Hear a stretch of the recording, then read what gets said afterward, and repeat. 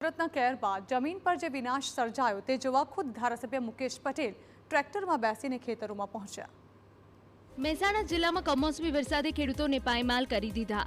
જુવાર, બાજરી, કપાસ અને મગફળીના પાકને ભારે નુકસાન પહોંચ્યું। ખેડૂતોની મુશ્કેલીઓ જોઈ ધારાસભ્ય મુકેશ પટેલ ખુદ ખેતરોમાં ઉતર્યા। ટ્રેક્ટરમાં બેસીને ખેડૂતો સાથે નુકસાનીનું સર્વેક્ષણ કર્યું। મુકેશ પટેલે કહ્યું કે તંત્ર તાત્કાલિક રીતે નુકસાનીનું મૂલ્યાંકન કરીને વળતર આપે। મહેસાણા ઉપરાંત બેચરાજી અને ઊંઝા ધારાસભ્યોએ પણ મુખ્ય પ્રધાનને લેખિતમાં રજૂઆત કરી છે કે કુદરતી આફતથી ઝઝૂમતા ખેડૂતોને તાત્કાલિક રાહત મળે। અહીંના ખેતીવાડી અધિકારી માનનીય શ્રી શૈલેષભાઈને પણ આજે એમની સાથે વાતચીત કરતા એમણે પણ દરેક ગામની અંદર સર્વે થાય અને સર્વેની અંદર જે પણ ખેડૂતોને નુકસાન થયું છે એ નુકસાનનું રિપોર્ટિંગ જલ્દીમાં જલ્દી થાય। એક તરફ પાક બરબાદીનું દુઃખ, બીજી તરફ વર્તન માટેની રાહ।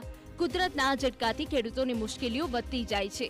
હવે જોવું રહ્યું કે તંત્ર કેટલી ઝડપથી આ પીડિત ખેડૂતો સુધી સહાય પહોંચાડે છે।